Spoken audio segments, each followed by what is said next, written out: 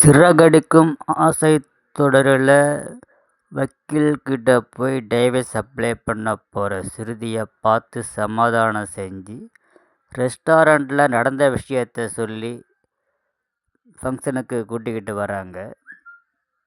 அந்த இடத்த எல்லாம் யாராக இருந்தாலும் அப்படித்தான் பண்ணியிருப்பாங்க. அவங்க ஒன்று கீழே விழுந்துட்டாங்க, அதனால தான் ரவி தூக்குனாரு அப்படின்னு விவரத்தை சொல்லி சமாதானம் பண்ணி கூட்டிக்கிட்டு வராங்க. எல்லோரும் டென்ஷனாக இருக்கிறாங்க. ஒரு கட்டத்தில் ரவிக்கிட்ட சண்டைக்கு போகிறதுக்கே போயிட்டாங்க ஸ்ருதியோட அப்பா அம்மா.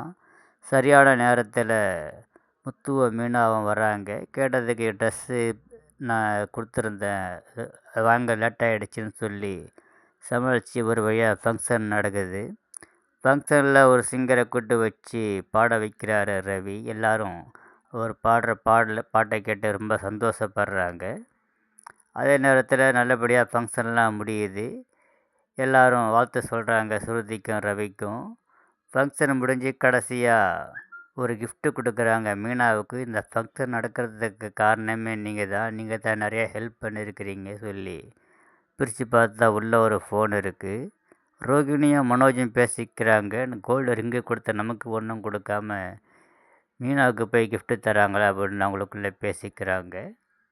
பிறகு இந்த கிஃப்ட்டு மனசை பொறுத்து தான் இருக்குது, கிஃப்ட்டு தராங்கன்றது கிடையாது அப்படின்ற மாதிரி சொல்கிறாங்க மீனா. ஸ்ருதியோட அப்பாவும் அம்மாவும் முத்துக்கிட்ட பேச்சு கொடுக்கறதுக்கு வராங்க. நம்ம 2 பேரும் பேசினா சண்டை தான் வரும், தயவுசெய்து நீங்கள் போயிடுங்க, என் வேலையை நான் பார்க்குறேன். முத்து விலகி போயிடுறாரு.